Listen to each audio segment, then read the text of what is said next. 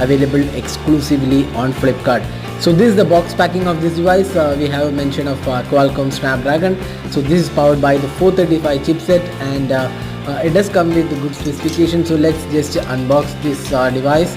So opening up the box, let's see. You can see the Smarton device here. It's a Smarton T.phone P. So we have the black variant of this device. It comes with 32GB storage, and this is the full metal body construction. So let's just peel off the back sticker. So there you go. So it's a metal construction. Looks pretty premium, and build quality looks really good. It has a 13 megapixel rear camera, LED flash, and the power and volume keys are on the right side.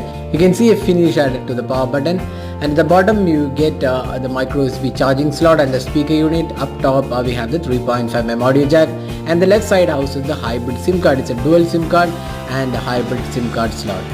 Now let's peel off this front casing as well. So we have a 5.2-inch HD display, and it's powered by the Snapdragon 435 chipset with 3GB RAM and a massive 5000 mAh battery. That's the highlight of this device. It comes with 5000 mAh battery, so that's really good, the battery capacity for a budget offering.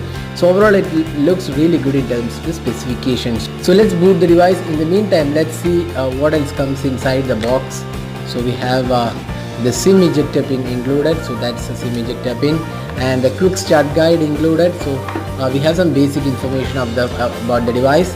Then we have the standard USB charging and data syncing cable. It's a micro USB charging slot, and let's see the voltage rating for this charger. So it's 5 volt 2.1 ampere. So that's the charging available for this device. So you can see here it has the ZTE charger. It's not a Smarton branded charger. It has something from ZTE. So that's all in the box pack. Now let's see the device.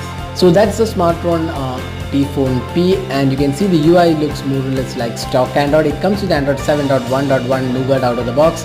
And let's go to the settings. You can see it's a slightly customized UI, and about phone you can see Android 7.1.1 out of the box, and you get Snapdragon 435 and 3GB RAM and 32GB internal storage. And you can also see that the back and or rather the navigational buttons are backlit. That's something really good, because not too many phones offer backlit keyboard, navigational buttons at this price segment.